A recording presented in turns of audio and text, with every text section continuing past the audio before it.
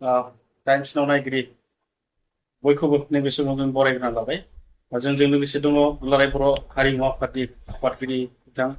बिजुएल Nelson दैमारि सार बिथां। गिबियावनो आं सार नोंथांखौ खुलुमग्रोनाय थाबाय। सारनिसिम फैनायनि गुबै जाहोनानो जाहैबाय जिहेतु जोंनि नैबे बिटिआर हालामाव दिनैनि समाव बे बर'नि जे मोसानाय दोरोङारि मोसानाय बागुरुम्बा बेखौ लानानै मोनफ्रोमबो जिल्ला आनसलिकफोराव जों दिनैनि समाव मोसानाय फोरोंनाय होनाय बादाफोर बेखेवनाय बा सोलोंबाय थानायखौ नुनो मोनदों। थारैनो बिनि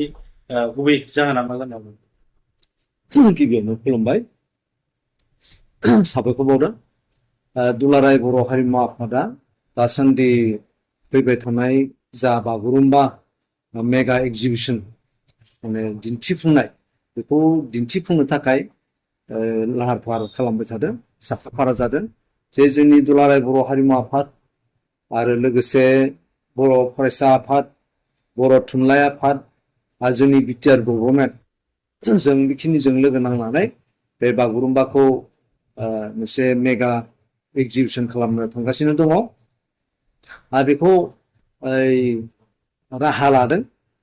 जोंनि आसामनि chief minister doctor Himanta Biswa शर्माया। आरो बिथाङानो बे जोंनि बागुरुम्बाखौ बे मेगा एगजिबिसनखौ खालामनो थाखाय लाहार फाहार खालामहोदों। दासान्दि जोंहा दुलाराय बर' हारिमु आफादा जितु मोन 25 जिल्ला आफादफोर दङ। बे मोन 25 जिल्ला आफादनिफ्राय दासिम गोबां मोसाखावरिनि लिस्ट, दामजुगिरिफोरनि लिस्ट सफैबाय। आरो थांनाय 23 जुन नैबे मायथाइनि बेखालि आसामनि मानगोनां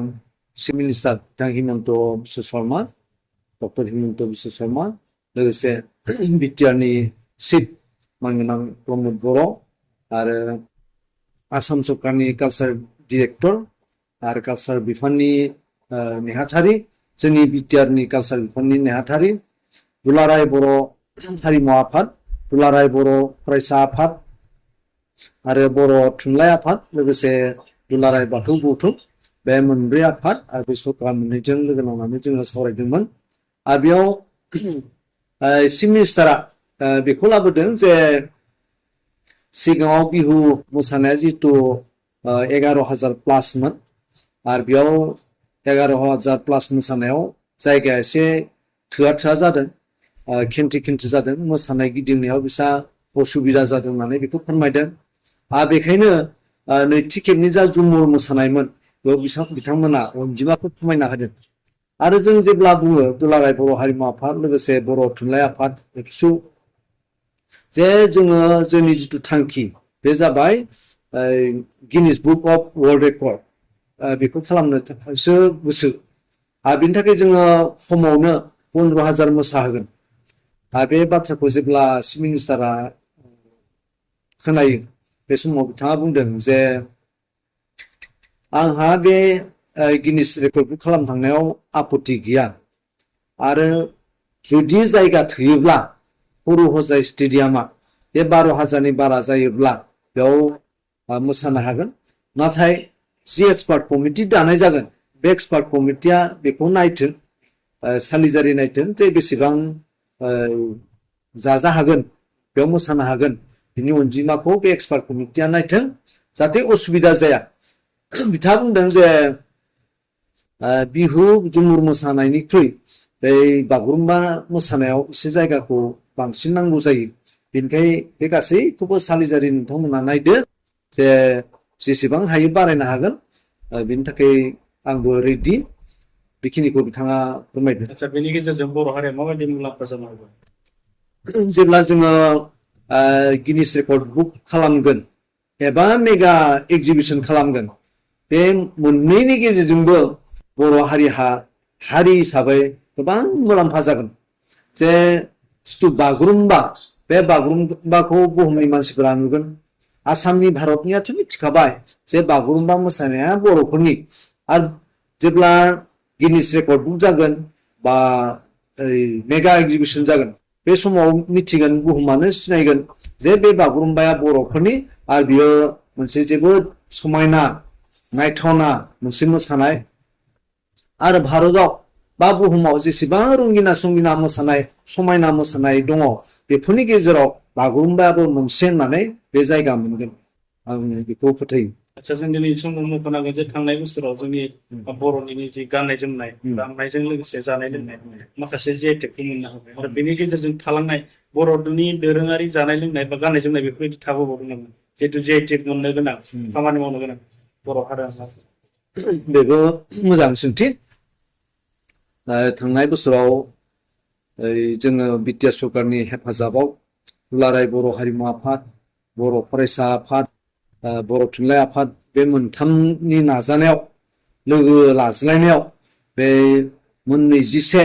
आयदानि सायाव जोङो जिआइटेक मोननो हादों बे जोंनि थाखाय जोबोद गोजोनथाव बाथ्रा आरो जोंहा जि आर'नाइ दखना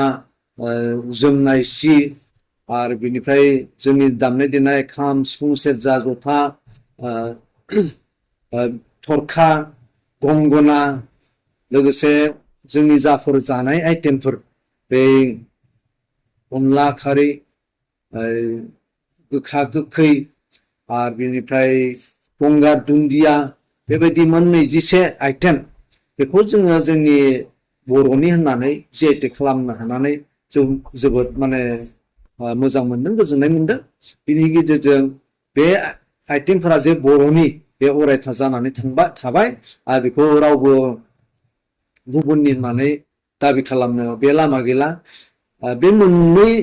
मोननैजिसेनि अनगायैबो जोंहा आरोबाव दंबावो जों माखासे आइटेमफोरखौ बुंदों जे जोंनि जा फिथा सौनाय फिथा बानायनायफोर बे हमना ला बे फिथा लावदुम बे फिथा लावदुमा बर'नि गुबै फिथा बियो आरो अरुणाचलावनो थां नागालेण्डआवनो थां बा आसामनि गुबुन गुबुन जायगायाव थां बेखौ फिथा लावदुम बे बर'नि होननानै मिथियो बेखौ गुबुनफोरा केटलि पिठा नङाबा टिकलि पिठा होनना बुङो नाथाय बियो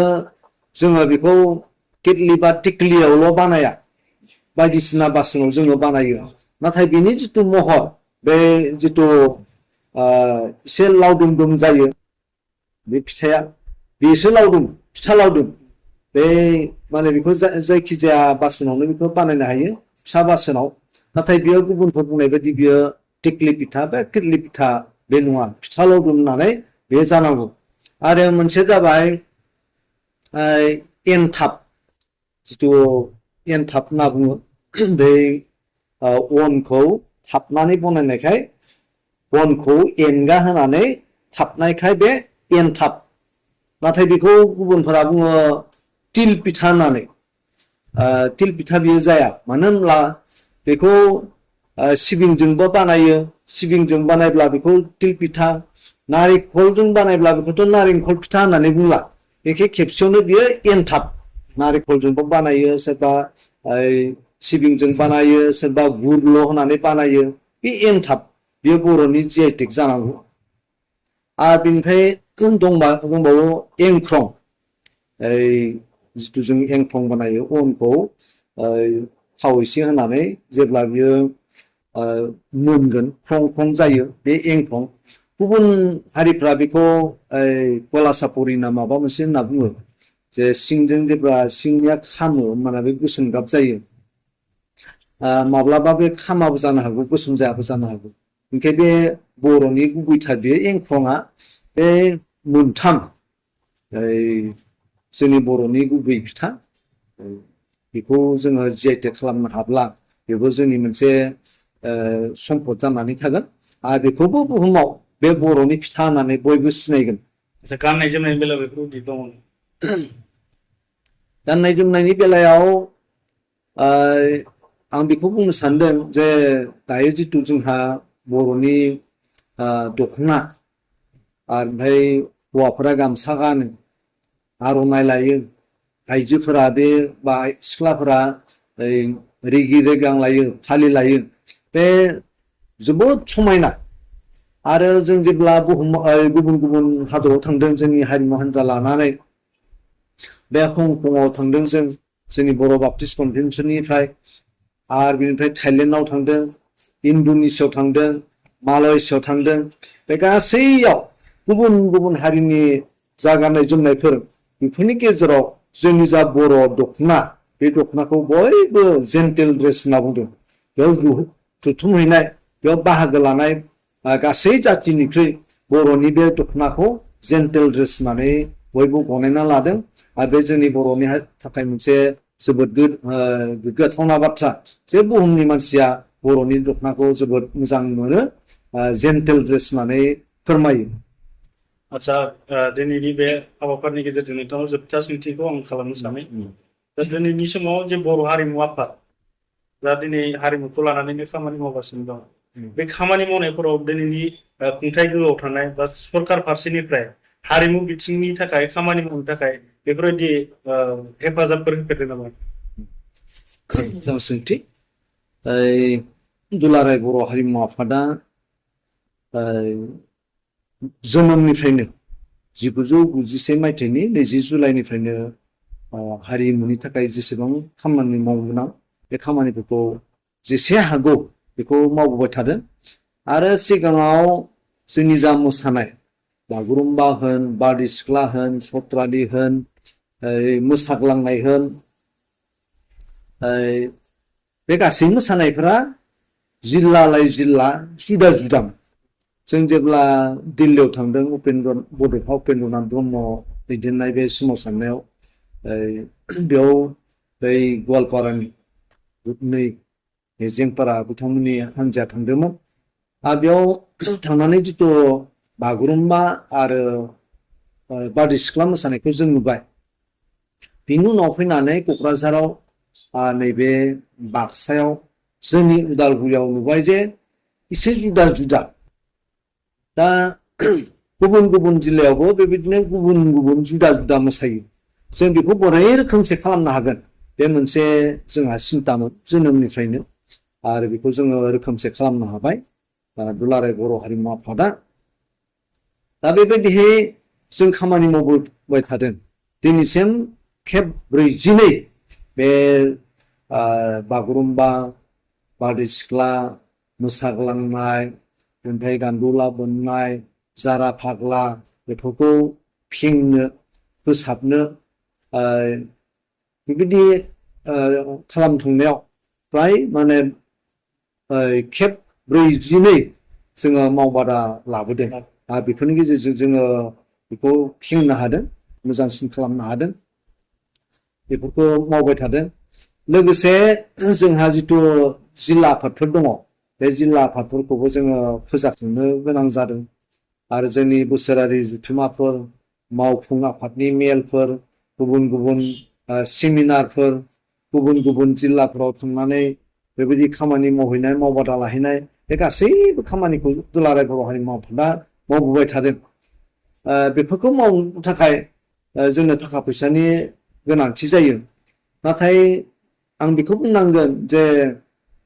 थांनाय हाग्रामा सरकारनि दिननिफ्रायनो जिबायदि जोङो आसा खालामदोंमोन दिनैसिम जों बेबायदि थोजासे मोननो हायाखै बे नंगौ जे दानि बिटिआर सरकार प्रमद बर' दैदेननाय सरकारा जे हारिमुनि बिथिङाव गोबां खामानि मावदों जे जोंनि उस्ताद कामिनी कुमार नार्जारिनि जि एवार्ड नीलेश्वर ब्रह्म एवार्ड बेनिफ्राय नैबे जायफोर लाइफ टाइम हारिमु सिबिबोदों बिसोरखौ एवार्ड होनाय सिनियर आर्टिस्टफोरखौ एवार्ड होनाय बे गासैबो थिगानो दङ बेखौ बिटिआर सरकारा मावदों आरो गुबुन सरकारा बेखौ मावाखैमोन बेनि थाखाय आं बिटिआर सरकारखौ स्पेसियेलि साबायखर बावदों बेजों लोगोसे जोङो आफादारि खामानि मावनो थाखाय आफादा सोलिनो थाखाय जोंनो गोबां थाखा फैसा नांगौ जायो बेखिनिखौ जोङो जुदि मोनोब्ला जोङो बांसिन खामानि मावनो हागोन जोंखौ दुलाराय बर' हारिमु आफाद दानो थाखाय नेपालाव लिंहरबाय थादों वेस्ट बेंगलाव लिंहरदों बांलादेशआवबो जगाजग जाबायमोन नाथाय दाखालि बावैनि जा एसे गन्दगल बेनि थाखाय जोङो जगाजग खालामफिनाखै बेबायदि गुबुन गुबुन जायगायावबो जोंखौ लिंहरदों दा बेफोराव थांनो थाखाय जोंहा थाखा फैसानि गोनांथि दङ बेनिखायनो आं खावलायदों बिटिआर सरकारखौ जे प्रमद बर' बिथांखौ जे दुलाराय बर' हारिमु आफादनो जुदि एसे मोजां अनसुंथाइ होयोब्ला जोङो दानिफ्राय बांसिन मोजाङै जोङो खामानि मावनो हागोन आरो बेयो जोंनि थाखाय नङा जे दुलाराय बर' हारिनि थाखायनो बेयो मुलाम्फा जागोन बर' हारिया एसेबाबो दावखोनो हागोन आं बेखौ सानदों नोंथांनिसिम गोजोननाय थाबाय औ। जिहेथु जोंनो दसे सम बिथाङा जोंनि थाखाय मोजां बा बेसेन गोसा बिबुंथिखौ जोंनि गेजेराव होबाय जोंनि टाइम्स नाव बड'लेण्डनि जानानै आं बिथांखौ रोजा रोजा साबायखर बावबाय आरो जोबथारनायाव बयनिसिमबो नायगिरि बिथांमोनखौ आं खुलुमनाय बावहरनानै दिनैनि जे मोगा मोगि आयदा